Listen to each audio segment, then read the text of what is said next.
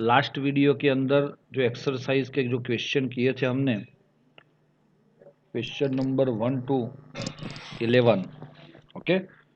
अभी हम आज थोड़े से आगे जा रहे हैं। उसके बाद वाले जो क्वेश्चन हैं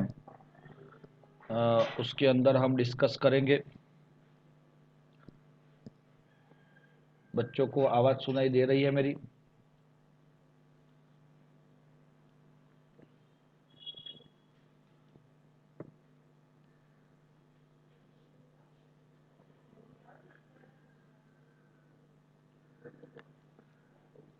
हेलो, आवाज़ आ रही है दोस्तों?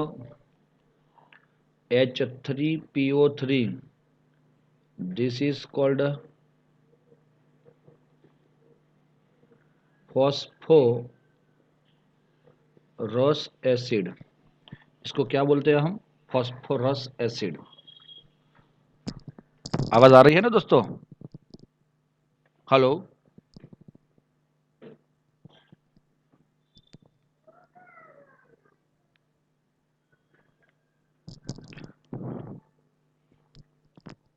चलो। Can be represent by structure 1 and 2 shown below. अच्छा, ये स्ट्रक्चर है 1 और ये स्ट्रक्चर है 2। Can this two structures be taken as a canonical form of the resonance hybrid representing H3PO3? If not, give the reason for the same. Actually दोस्तों, यहाँ पे जो स्ट्रक्चर दिखाया है, स्ट्रक्चर नंबर 1 की बात कर रहे हैं हम। फॉस्फोरस है ना? फॉस्फोरस के बगल में यहाँ पे ऑक्सीजन है, और यहाँ पे भी ऑक्सीजन है, और यहाँ पे भी ऑक्सीजन है, और यहाँ पे हाइड्रोजन है कि नहीं है? चलो, फॉस्फोरस ने ऑक्सीजन के साथ ये दो इलेक्ट्रॉन जो दिख रहे हैं ना, मैंने इसको ऐसे दिखाए हैं। चलो, समझ में आ रहा है? ऐसे दिखा दिए हैं। अब यहाँ पे ये ऑक्सीजन हाइड्रोजन के साथ एक बॉन्ड और बना दिया।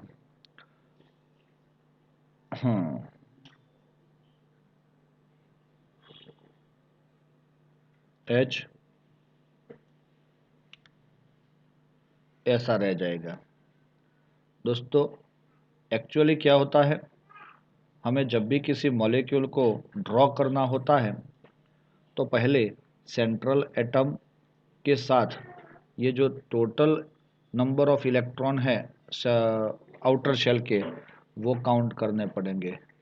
चलो, कितने इलेक्ट्रॉन हैं? फॉस्फोरस के पास 5, ऑक्सीजन के पास 6, 6 3 18, और हाइड्रोजन के पास 3। कितने हो गए? 20। मेरे ख्याल से 6 ही होंगे ना, 26। ओके। अब क्या कर रहे हैं हम? फॉस्फोरस के साथ ऑक्सीजन, ऑक्सीजन और ऑक्सीजन को हमने अटैच कर लिया है। हाँ दोस्तों, तो अब फॉस्फोरस के पास अपने कितने इलेक्ट्रॉन्स थे? टोटल आउटर शेल में 5 इलेक्ट्रॉन्स। उसने एक, एक और एक, ऐसे तो उसने बना ही लिए, टोटल एक एक बॉन्ड। अब ऑक्टेट कंप्लीट करने के लिए उसके पास 2 इलेक्ट्रॉन बचे होने चाहिए, सही है ना? तो 2 इलेक्ट्रॉन होने चाहिए। अब क्या हुआ, कितने इलेक्ट्रॉन हो गए टोटल? ये 8। अब ऑक्सीजन के पास 9, 10, 11, 12, 13 एंड 13 ही रहेंगे ना, 14 कहाँ से आएगा? ये नहीं आएगा शायद।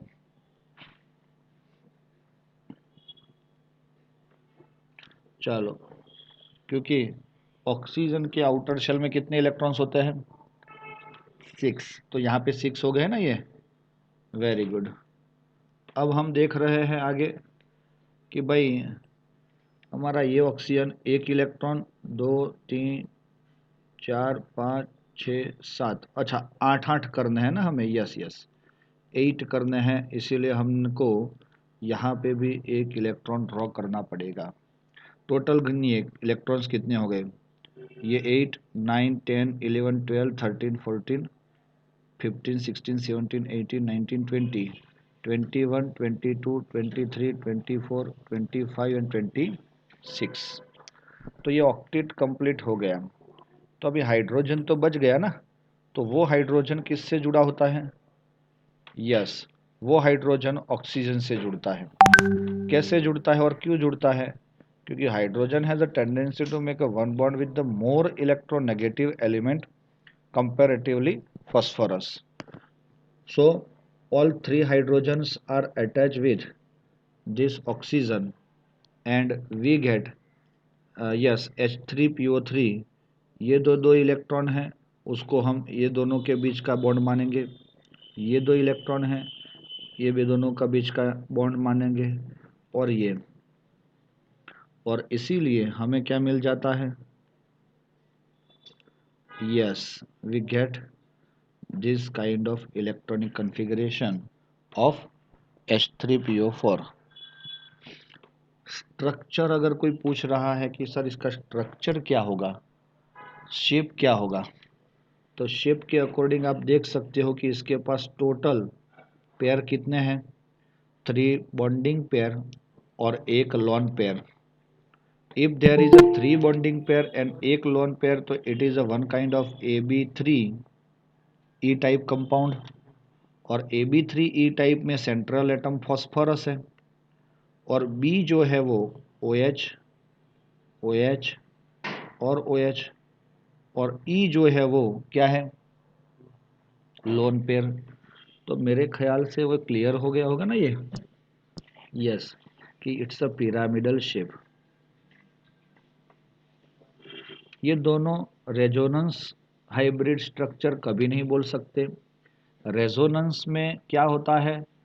इलेक्ट्रॉन पेयर शेयर होता है, इतना याद रखना। रेजोनेंस में electron pair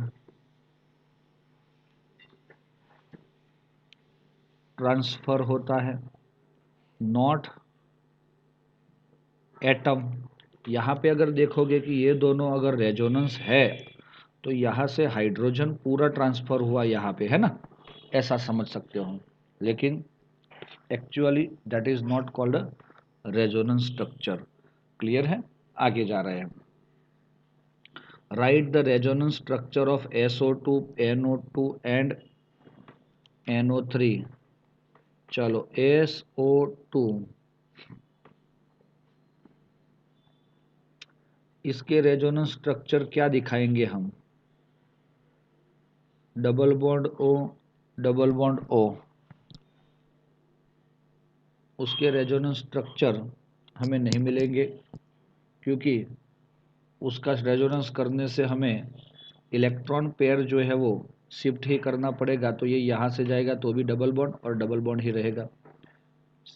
NO2 N double bond O और O सिंगल बॉन्ड O।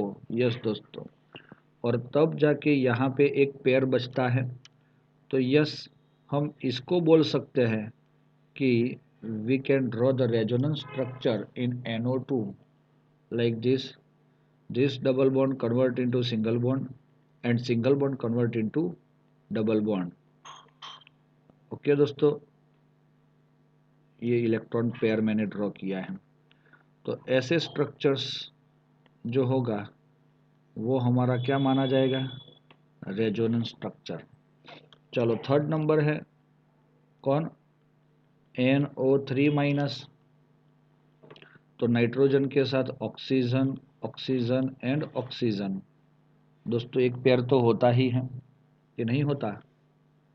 होना नहीं चाहिए, क्योंकि जब आपने उस रूल के अकॉर्डिंग जब स्ट्रक्चर फॉर्म करते हो तब एक डबल बॉन्ड होता है। और इसीलिए सर यहाँ पे ये प्लस और माइनस कैसे समझ में आएगा? चलो, ये इस इलेक्ट्रॉन उसके सेटिस्फाइड है, हाँ, इसने एक ही बॉन्ड बनाया, मतलब ये माइनस और ये भी माइनस है। तो सर यहाँ पे तो -1 ही है। लेकिन nitrogen can make a 3 bond, उसने 4 बॉन्ड बनाया तो उसका इलेक्ट्रॉन पेयर चला गया ना, तो nitrogen also containing +1 charge. Okay, तो central this is the one kind of AB3 molecule and shape is trigonal planar. आगे जा रहे हैं, अगर इसका मुझे रेजोनेंस स्ट्रक्चर मेजर करना है तो double bond shift toward the single bond, another thing is as it is. Okay, इसमें प्लस माइनस सिर्फ मैंने आपको दिखाया है समझने के लिए। चलो क्लियर, तो ये क्या हो गया, resonating structure of NO3 minus. Clear है, तो ऐसे ही हम उसको ड्रॉ कर सकते हैं दोस्तों। ये स्ट्रक्चर कैसे बन रहा है, तो हमने अभी बताया कि आउटर शेल के इलेक्ट्रॉन मेज़र करने हैं, फिर सेंट्रल एटम को लिखना है, फिर उसको ऑक्टेट कंप्लीट करना है, सबके साथ एक एक बॉन्ड बनाना है, फिर आगे जाके सेटअप करना है। Use Lewis symbol to show electron transfer between the following atom to form cation and anion. चलो, ए वाला है के एंड एस। चलो, के का आउटर शेल में इलेक्ट्रॉनिक कन्फिग्रेशन NS1 है, मतलब के can makes a +1 and sulfur has a 6 electron, so it wants to get a 2 electron. So समझ में आ रहा है। So if you want to make a molecule from K plus and S minus 2, it is K2S। ये clear है। अब इसको ये बोल रहा है कि इलेक्ट्रॉनिक स्ट्रक्चर ड्रॉ करो, तो के अगल बगल में तो कुछ नहीं रहेगा, लेकिन सल्फर के पास -2 हुआ ना, तो पहले ऑलरेडी उसके पास कितने इलेक्ट्रॉन थे, 6 इलेक्ट्रॉन थे, और 2 आए, तो इसीलिए ये 2 किसके आए, के ने दिए।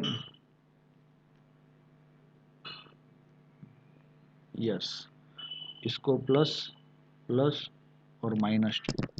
This is the Lewis symbol shows electron transfer to form cation and anion in K and S। चलो number B, Ca and O। तो Ca is the element of second group and oxygen is the element of 16 group, so oxygen can form a -2 charge। now what happen, तो Ca है और ये oxygen है। Oxygen के पास कितने electrons थे दोस्तों, 6 इलेक्ट्रॉन। अब क्या हुआ, उसने 2 इलेक्ट्रॉन लिए, किससे लिए, Ca से लिए, तो it shows the -2 charge and calcium shows the positive charge, your molecule will be CaO। चलो option C, aluminium and nitrogen। so aluminium is the element of 13 group, it can lose the 3 electron, and nitrogen is the element of 15 group, so it can get the 3 electrons, so it may become -3 charge। so if we want to make a structure of ALN, it is ALNN, aluminium nitride, aluminium nitride। चलो अब अगर हम इसको देख रहे हैं, तो nitrogen के आउटर शेल में कितने इलेक्ट्रॉन्स थे दोस्तों, 1 2 3 4 और 5, यस और नॉट।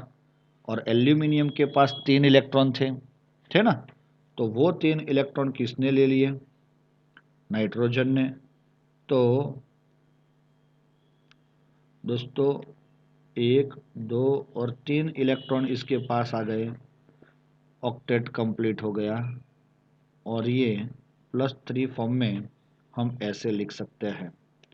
नेम समझ में आ गया, एल्यूमिनियम नाइट्राइड। क्लियर है? आगे जा रहे हैं। Although question number 4.15 both CO2 and H2O are triatomic molecule. CO2 and H2O क्या है?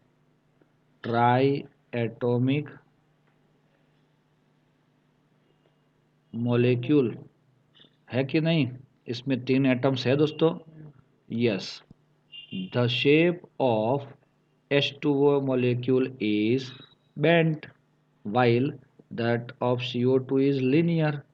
Explain this on the basis of dipole moment. चलो सबसे पहले हम देख रहे हैं कौन सा molecule? CO2।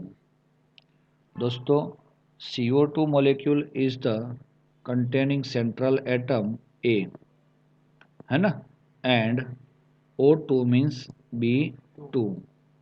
Can you say, is there any lone pair above the carbon in CO2? No. So in this compound we have two covalent bond, both are bonding pair, or according to VSEPR concept,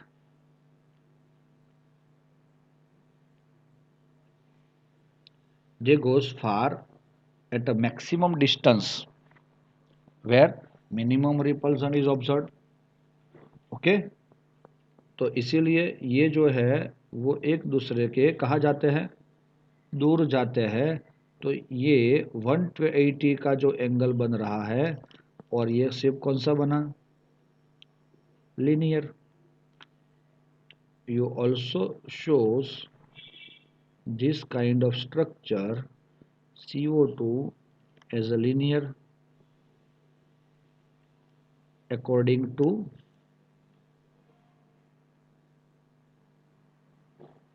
यहाँ पे basis of dipole moment बोला है उसने, तो dipole moment के according भी हम बोल सकते हैं कि CO2 जो है उसमें क्या है? ये ऑक्सीजन मोर इलेक्ट्रोनेगेटिव,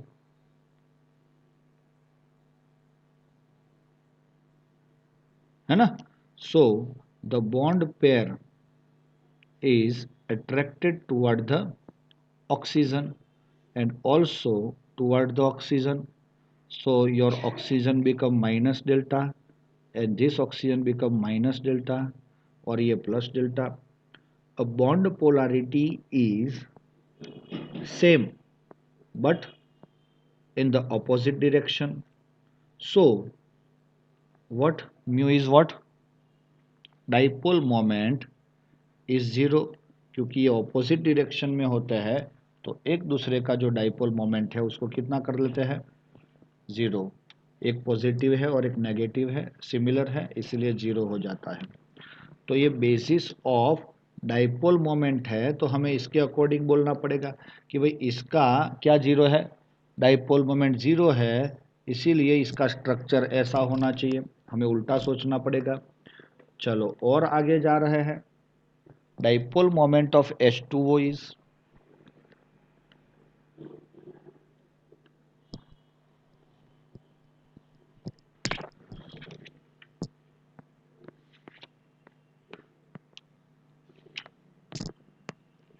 ओके। अब देख रहे हैं हम dipole moment of H2O is 1.85D, है ना। चलो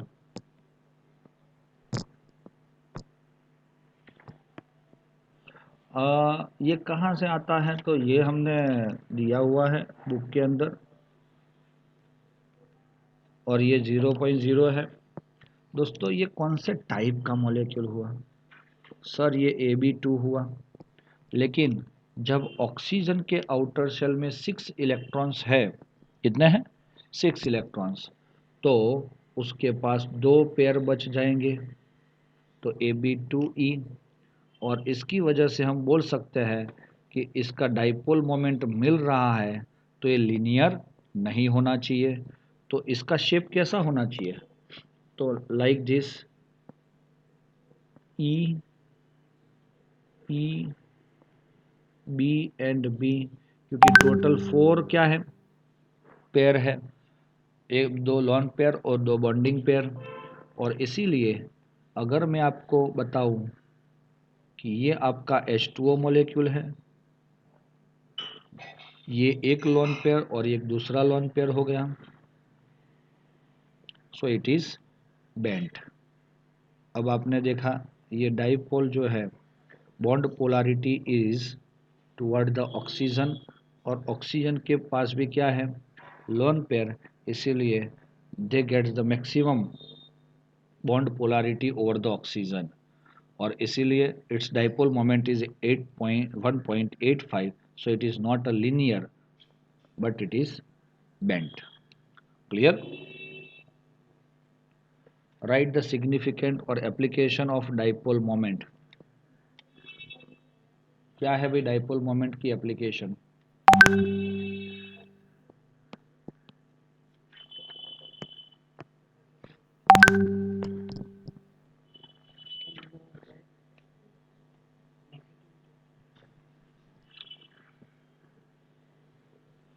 डू यू नो दोस्तों?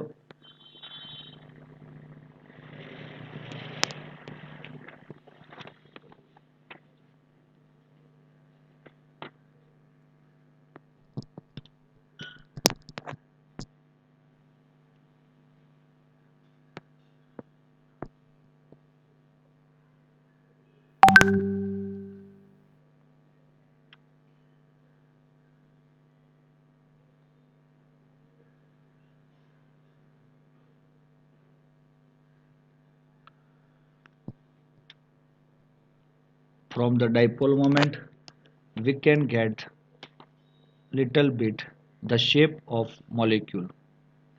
If it is a AB2 type molecule and its dipole moment is 0, then it is linear like structure, or if it is AB3, then its dipole moment is 0, then it's a trigonal planar structure. तो इसका theory part के अंदर आप लोग एक बार देख लेना कि उसका स्पेसिफिकली ऐसा कोई रीज़न नहीं दिया है। Defined electronegativity, how does it differ from the electron gain enthalpy. चलो, इलेक्ट्रोनेगेटिविटी क्या है? सपोज एक मॉलिक्यूल हमने लिया है, उसमें एक एटम ए है और दूसरा एटम बी है, ये दोनों के बीच में एक एक इलेक्ट्रॉन की क्या हुई, शेयरिंग हुई, और due to that sharing they make a covalent bond. Suppose the electronegativity of A is less but electronegativity of B is more compared to A. Okay, so the electron of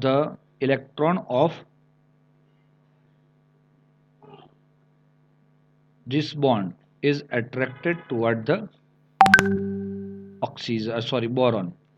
So boron become negative or it is positive, partially positive, partially negative. अब electronegativity क्या है? The attraction of the electron pair toward the more electronegative element in covalent bond. From the covalent bond, it's called a electronegativity. तो electronegativity क्या है दोस्तों?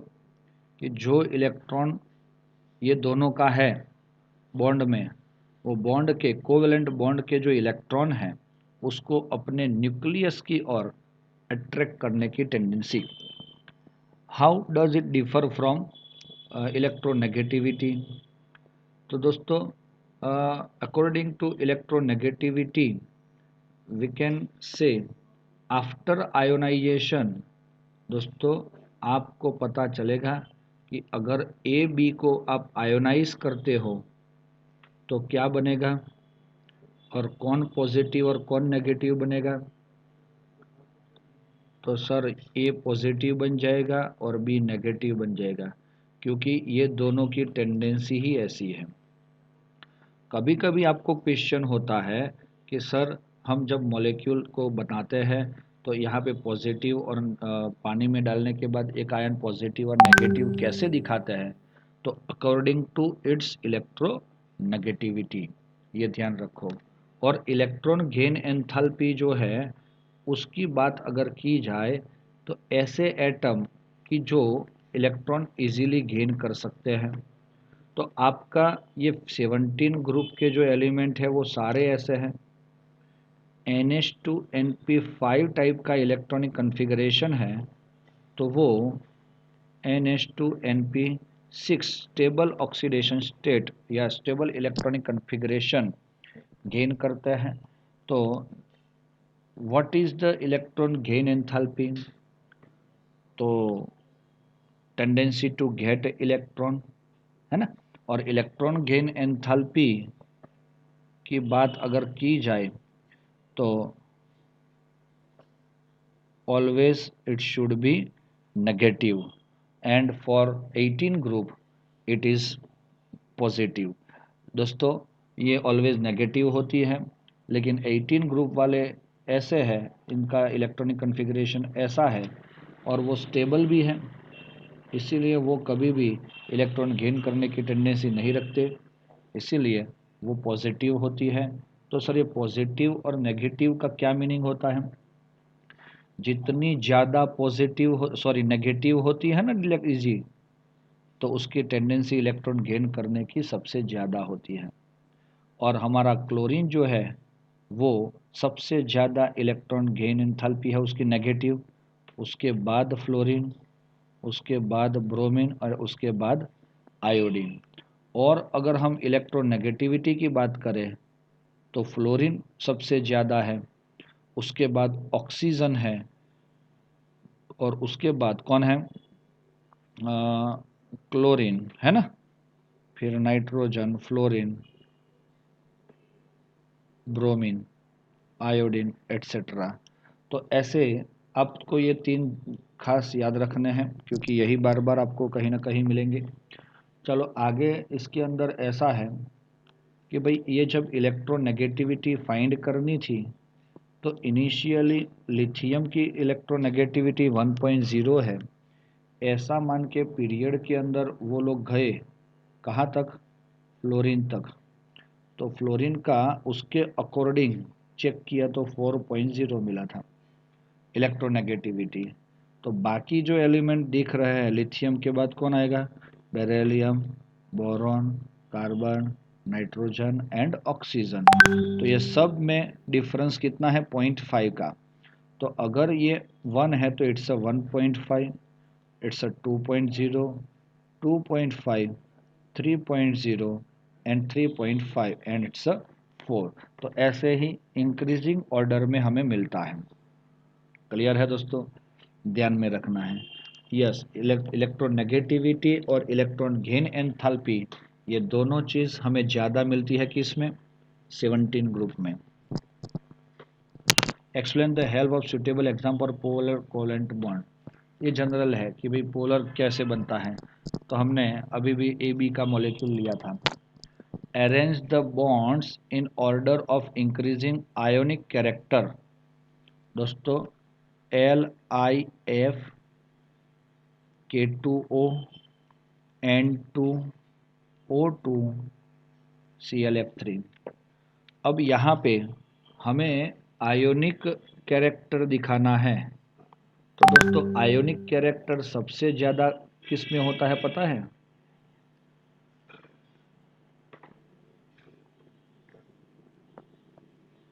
Group first and group 17 element में सबसे ज़्यादा होता है। कैसे हम इसको एक एग्जांपल याद रख सकते हैं, NaCl।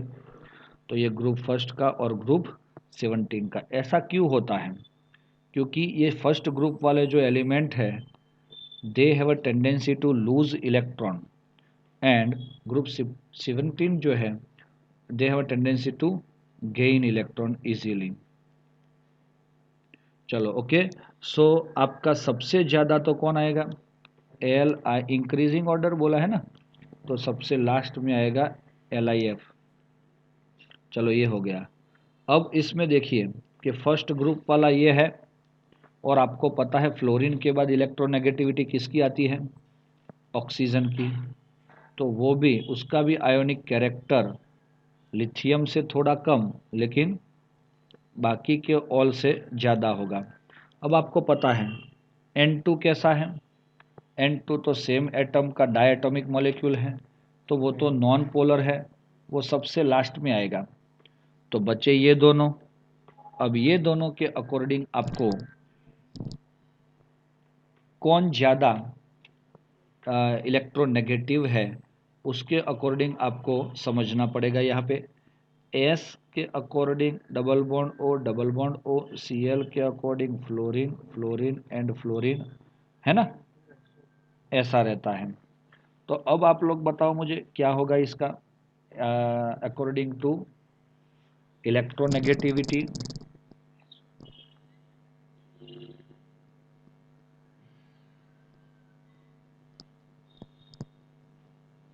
क्या हो सकता है?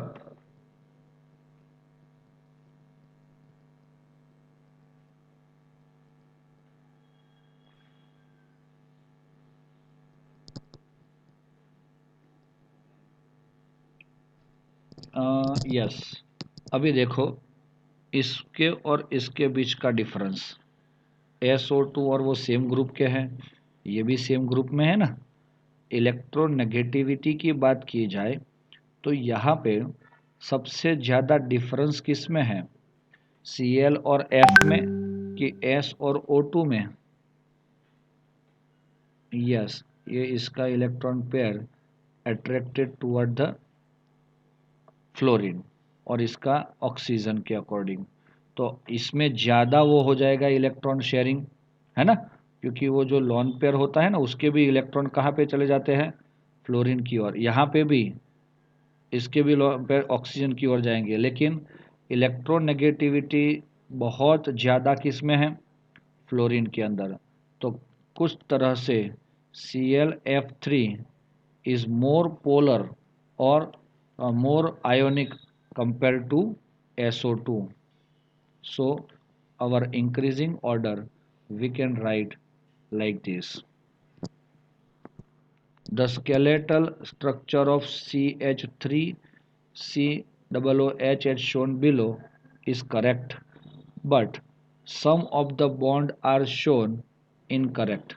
Write the correct Lewis structure for acetic acid. दोस्तों, ये एसिटिक एसिड है, यहाँ पे ही लोचा लग रहा है, दिख रहा है हमें, है ना, और ये कि यहाँ पे लोचा लग रहा है। तो बस इतना डिफरेंस ला दो तो करेक्ट स्ट्रक्चर आपको मिल जाएगा। किसके अकॉर्डिंग लिखना होगा आपको? अभी हमने स्ट्रक्चर ड्रॉ किया था ना, सॉरी, हाँ एकदम सॉरी, यहाँ पे ये OH, तो इसका जो इलेक्ट्रॉन पेयर बच गया वो यहाँ पे डबल बॉन्ड बन जाएगा, क्योंकि इसके पास दो ही इलेक्ट्रॉन हैं, तो ऐसा सिंगल बॉन्ड नहीं होता, और इसीलिए this lone pair is transfer toward the oxygen, और ये तो निकल ही जाएगा। तो ये दो चीज़ पे गलती है, एक डबल बॉन्ड नहीं आना चाहिए, और दूसरा ये लोन पेयर ऑक्सीजन की ओर ट्रांसफ़र हो जाएगा, और दूसरी चीज़ यहाँ पे भी इलेक्ट्रॉन पेयर आना चाहिए। तो सही क्या है वो स्ट्रक्चर हमें सिर्फ ड्रॉ करना है उसमें। Apart from the tetrahedral geometry, another possible geometry is CH4 is square planar with 4H atom at the corner of the square and the C atom in its center. Explain CH4 is not a square planar. CH4 में central atom carbon है ना, तो carbon atom के अंदर आपने देखा कि इसमें 6 इलेक्ट्रॉन्स होते हैं, और वो 6 इलेक्ट्रॉन अरेंज बहुत बढ़िया तरीके से होते हैं, 1s 2s and 2p, 1 2 3 4 5 and 6, yes और नॉट। लेकिन in excited state 1 electron of 2s transferred toward the 2p, so it has a 4 unpaired electron, So it gets the sp3 hybridization, and sp3 hybrid orbitals having shape like tetrahedral. और tetrahedral shape में जब ये carbon आता है तो tetrahedral shape के चारों corners में ये अपनी ऑर्बिटल्स को क्या करता है, फैलाता है, और उसके साथ वो हाइड्रोजन यहाँ पे अटैच होगा। चलो क्लियर है। और अगर if it's a square planar then it must have dsp2 hybridization, yes or not? But carbon cannot possess which orbital? D orbital. So this hybridization is not possible. So methane has a square planar shape. Explain why BeH2 molecule has a zero dipole and BeH bond polar। ये आप लोग खुद समझ लेना दोस्तों। Be के पास जो electron pair होता है H2 के अंदर, ये H और ये H, सो इट्स लीनियर हो जाएगा, सेम लाइक BeCl2। ओके, चलो आगे। which out of NH3 and NF3 is a higher dipole moment and why? ये बहुत इंपॉर्टेंट क्वेश्चन रहेगा आपके लिए। अमोनिया जो है वो H H and H, NF3 जो है वो F F एंड F। तो ये यहाँ पे नाइट्रोजन है और उसका लोन पेयर है। यस दोस्तों, अब क्या कर रहा हूँ मैं, मुझे बताओ नाइट्रोजन एंड हाइड्रोजन में कौन ज़्यादा इलेक्ट्रोनेगेटिव है? तो nitrogen is more electronegative, so bond polarity is extended toward the what? Nitrogen, yes और नॉट? यस। सो हम देख सकते हैं कि bond polarity is goes toward the lone pair. लेकिन यहाँ पे क्या हुआ कि इसकी इलेक्ट्रोनेगेटिविटी फ्लोरीन की ज़्यादा है, सो इसका भी इलेक्ट्रॉन है जो लोन पेयर का, वो भी नाइट्रोजन की ओर खींच लेता है। So it's a more polar और compare to this is less polar. और आपको उसकी पोलैरिटी भी दी हुई है, कुछ मोमेंट दिया हुआ है ना, 4.9 इंटू 10⁻⁻30, और ये कितना है 0.80। तो ये ज़्यादा है किससे? इससे। तो आपको बता देना है और इस रीज़न के साथ दिखाना है, पूरी थियरी अच्छे से एक्सप्लेन करनी है। What is the meant by the hybridization of atomic orbital? Describe the shape of sp, sp2 and sp3। ये पूरा थियरम आपको समझना है तो अपना वीडियो देख लेना। sp का जो हाइब्रिडाइजेशन है उसमें linear, square, planar and tetrahedral. Okay, ये खुद आप लोग उसको चेक कर लेना। हाँ, इसके एग्जांपल भी अगर चाहिए तो BeCl2, BCl3, CH4, BH3, SiCl4, BeH2, ये भी लिख सकते हो। Okay, describe the change in hybridization of Al atom in following. Yes दोस्तों, चलो एल्यूमिनियम है, एल्यूमिनियम किसके जैसा हुआ? इसमें से क्या इसके जैसा हुआ? सर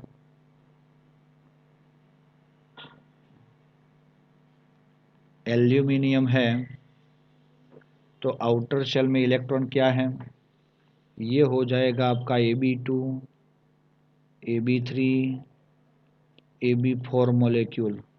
तो AlCl3 is the molecule like Ab3 because it has a AlCl3, so it's a Ab3 molecule and shape of Ab3 is trigonal,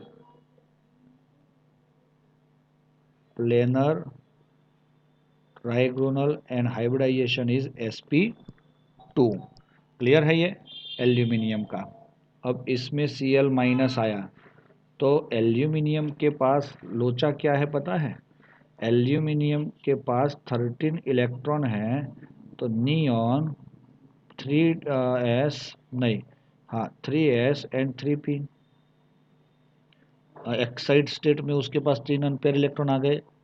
अब 3 Cl ने उसके साथ बॉन्ड बना लिया, तो इसने ऐसा तो बना लिया, ये क्या है पूरी एम्प्टी ऑर्बिटल, उसमें अर्थात ये Cl जो है वो अपना इलेक्ट्रॉन पेयर देता है और उसके साथ फोर्थ बॉन्ड बनाया, तो ये Al के साथ चौथा बॉन्ड भी कोवेलेंट आया, तो वो भी क्या बनेगा, Ab3 था तो अब क्या बन गया Ab4, उसके पास लोन पेयर जैसा कुछ नहीं होता और इसीलिए इसका शेप टेट्राहेड्रल हो जाएगा और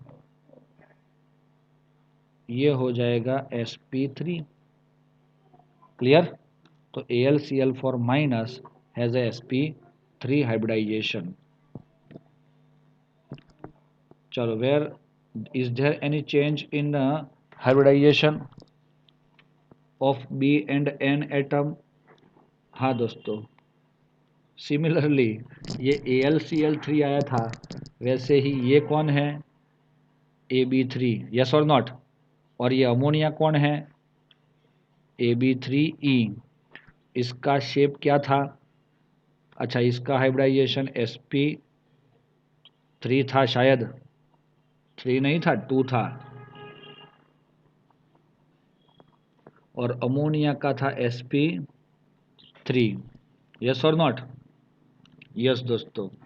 अब यहाँ पे क्या होता है मैं आपको दिखाता हूँ, बोरॉन, फ्लोरीन, फ्लोरीन और फ्लोरीन। अब मैंने जैसे अभी आपको इलेक्ट्रॉनिक कन्फिग्रेशन किसका दिखाया, एल्यूमिनियम का, सिमिलरली ये बोरॉन का अगर आप देखोगे 1s 2s एंड 2p, 1 2 3 4 5 ऐसा था ना, तो एक्साइट स्टेट में एक इलेक्ट्रॉन 2p में चला जाता है और उसने बेचारे ने फ्लोरीन के साथ 3 बॉन्ड बना लिए, चलो बना लिए, तो उसके पास एक एम्प्टी ऑर्बिटल बच गई, तो उसके पास टेंडेंसी टू गेन इलेक्ट्रॉन। दोस्तों ये याद रखना, ये इलेक्ट्रॉन पेयर गेन कर सकता है। और ये अमोनिया बेचारा जो है ना, इसका लोचा ये है, और इसीलिए ये अमोनिया का जो ये लोन पेयर है नाइट्रोजन का, वो किसको दिया जाता है, बोरॉन के इसमें दिया जाता है। समझ लेना दोस्तों, समझ में आया कि नहीं, ये लोन पेयर ही दिया जाता है। तो हमें F B F F N H H और एच, कुछ समझ में आया। ये कौन सा बॉन्ड बना दोस्तों, कोऑर्डिनेट कोवैलेंट बॉन्ड। तो इसकी वजह से अब आप मुझे बताओ, ये बोरॉन के पास कितने बॉन्ड्स है, 4 बॉन्ड्स है ना, तो इसका हाइब्रिडाइजेशन sp3 हो जाएगा। इसके तो 3 थे और एक लॉन पेयर था, वही यूज़ हुआ है। तो आपको समझ में आया, यस, बोरॉन का चेंज होके क्या बन गया sp3, अमोनिया का तो जैसे थे, समझ में आया कि नहीं। तो ऐसे उसका ये होगा, draw the diagram show in the formation of double bond and triple bond between. क्या डायग्राम बताऊँ दोस्तों, C और C, H और H, H और H, और यहाँ पे क्या होगा, डबल बॉन्ड। अब इसमें मैं बता देता हूँ, जब भी डबल बॉन्ड होता है तो sp2 हाइब्रिडाइजेशन होता है। अब sp2 हाइब्रिड ऑर्बिटल को मैं आपको दिखा रहा हूँ, आप ध्यान से देखना उसका शेप कैसा होता है, प्लेनर ट्राइगोनल। और ये दूसरा कार्बन है, उसकी sp3 हाइब्रिड ऑर्बिटल को मैं ऐसे दिखा रहा हूँ, और इसका शेप क्या है, प्लेनर ट्राइगोनल, है कि नहीं है। अब यहाँ पे कौन आया, हाइड्रोजन, हाइड्रोजन हो गया, यस सर, हाइड्रोजन, हाइड्रोजन। लेकिन अभी एक ऑर्बिटल जो हम बोल रहे थे 2px वाली, याद है, तो that is the perpendicular to the plane, yes. तो ये तो अपने सिग्मा बनाए थे, ये भी सिग्मा, ये भी सिग्मा, ये सिग्मा, और ये जो बनेगा वो क्या बनेगा, पाई। तो एक सिग्मा और एक पाई। सिमिलरली हम अगर देखेंगे C2H2 के अंदर, तो C और H, तो यहाँ पे ट्रिपल बॉन्ड होने चाहिए। अब इसका ट्रिपल बॉन्ड जब भी आता है तो हाइब्रिडाइजेशन कौन सा होता है, sp और sp।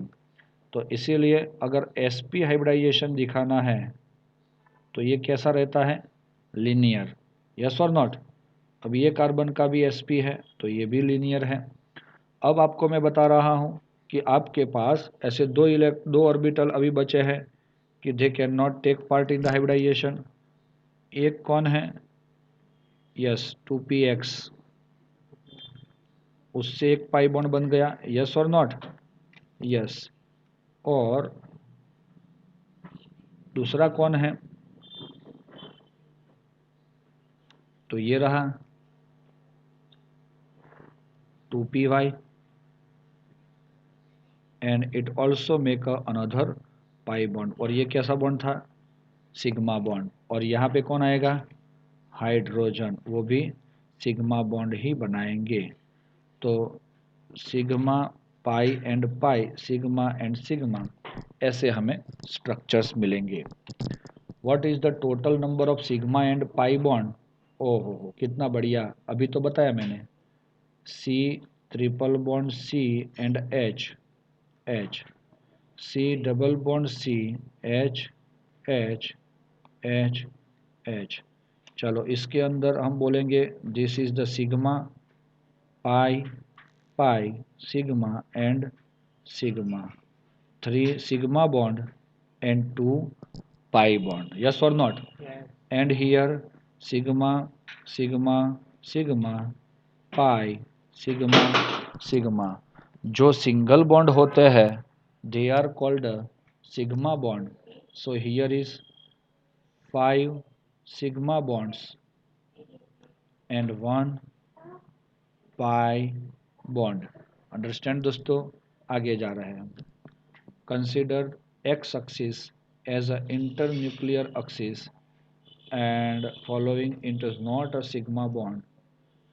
Following will not form a sigma bond and why?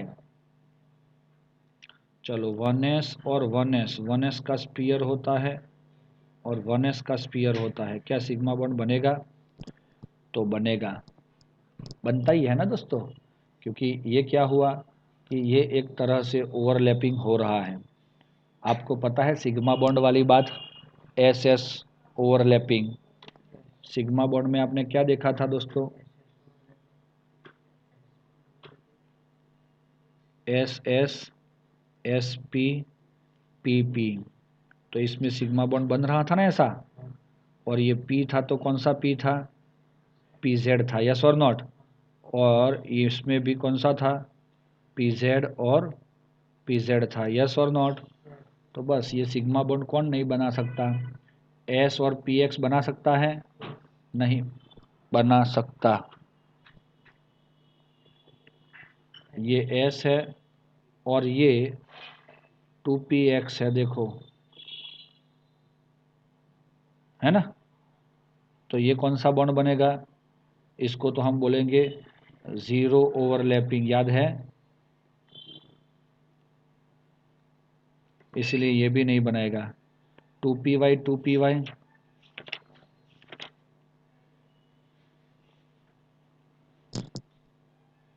अच्छा 2px हमें जीरो ओवरलैपिंग है इसको बोला जाता है, लेकिन हम s को इस तरीके से लेंगे तो it can make a form a bond, क्योंकि भले ही हमारा x ऐसे वैसे है, अगर x ऐसे है तो हाइड्रोजन यहाँ पे जुड़ेगा ना, तो इसीलिए ये बना सकता है और ये भी बना सकता है। 2py जो है वो कौन सा बॉन्ड बना सकते हैं, it's make a pi bond. समझ में आया, क्योंकि ये ओवरलैपिंग से पाई बॉन्ड बनता है। और 1s2s 1s2s मेरे ख्याल से ss ऑर्बिटल है, तो also they can make a bond, yes sigma bond, क्योंकि हमें s और s ओवरलैपिंग देखना होगा। चलो क्लियर है। Which hybrid orbital are use by the hybrid carbon atom following molecule. चलो ए वाला है CH3 चलो ये कार्बन के पास सिंगल बॉन्ड है, तो ये कार्बन का hybridisation sp3 CH3 CH double bond CH2, इसके पास sp3।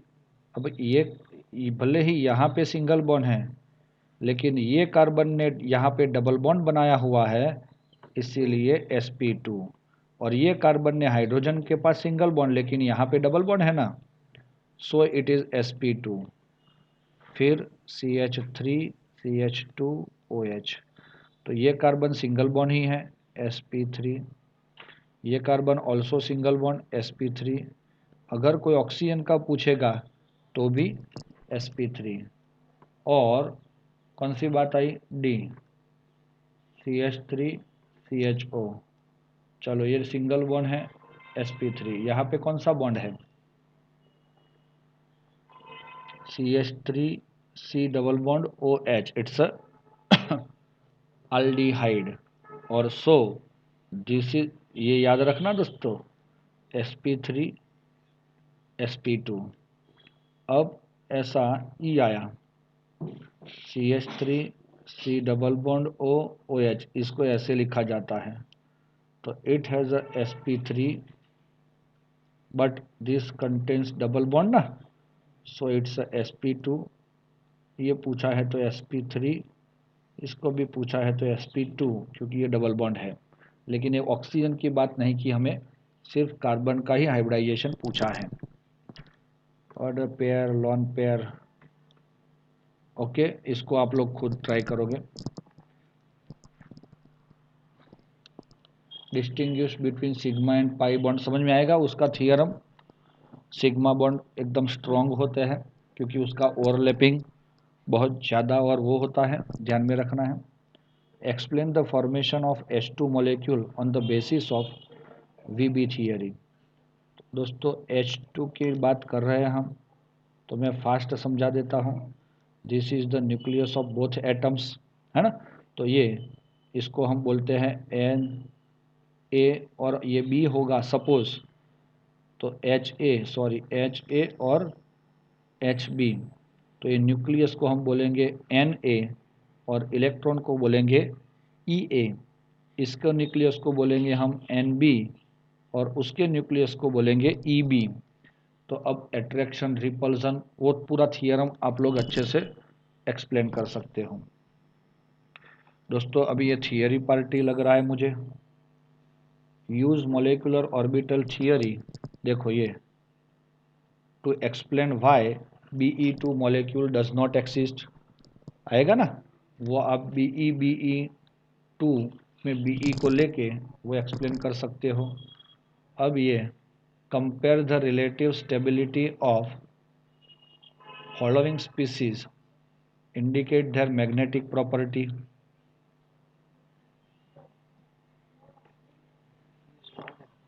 तो क्या करोगे दोस्तों, ऑक्सीजन तो पता है, सुन लो O+2 कैसे होगा मैं बता देता हूँ। अगर O2+ लिखा है यहाँ पे, तो एक O और एक O की जगह आप प्लस कर लोगे, इसमें से एक इलेक्ट्रॉन चला जाएगा। समझ में आया, बस डिफरेंस इतना ही है, बाकी सिमिलर मेथड से जाना है। ये सुपर ऑक्साइड इसको बोला जाता है, इसका नाम है इसीलिए। अब O2 माइनस लिखा है तो आप क्या करोगे कि उसके अंदर यहाँ पे माइनस करोगे, और ये O2 -2 है तो दोनों को -1 माइनस करके आप कर सकते हो। लेकिन दोस्तों एक ही डायाग्राम ड्रॉ करो, फिर O2 का ही डायाग्राम ड्रॉ करो, फिर उसमें से प्लस करके मतलब एक इलेक्ट्रॉन निकल जाएगा तो कौन सा इलेक्ट्रॉनिक कन्फिग्रेशन आएगा वो सीधा आप लिख सकते हो उसी के अकॉर्डिंग डायग्राम से ही। और O2 माइनस जो है उससे में से एक इलेक्ट्रॉन ऐड करके उसमें 2 इलेक्ट्रॉन ऐड करके क्या मिलेगा वो कर सकते हो। What is significance of the plus and minus, वो तो कुछ नहीं है ना, plus and minus is the not a charge but is the sign of wave function. Hybridization in case of PCl5, ये भी आप लोग समझ सकते हो कौन सा, sp3d ऑलरेडी अच्छे से किया हुआ है, वीडियो भी आप एक बार देख सकते हो। Define the hydrogen bond, last वाला topic, weaker and stronger than the van der Waals force. हाँ भाई, क्योंकि इसके अंदर पॉजिटिव और नेगेटिव आयंस, पॉजिटिव डेल्टा और नेगेटिव डेल्टा जो आयन है ना वो एक दूसरे के मॉलिक्यूल के साथ अट्रैक्ट होते हैं। और वांडरवाल्स फोर्स जो है वो नॉन पोलर और पोलर मॉलिक्यूल के बीच में ही लगता है, किसी भी मॉलिक्यूल के बीच में लगता है, लेकिन इसके अंदर इसकी स्ट्रेंथ थोड़ी सी ज़्यादा है। सिर्फ इतना बता दो कि भाई hydrogen bond is the stronger than van der Waals bond. Clear? And last, what mean by the term of bond order. ओ हो, ये सबका बॉन्ड ऑर्डर सिमिलर पैटर्न से आपको फाइंड करना है। कुछ समझ में आ रहा है? यस। एक सिंपल मेथड भी है हमारे पास, उसके अकॉर्डिंग भी हम बताएंगे आपको, लेकिन आप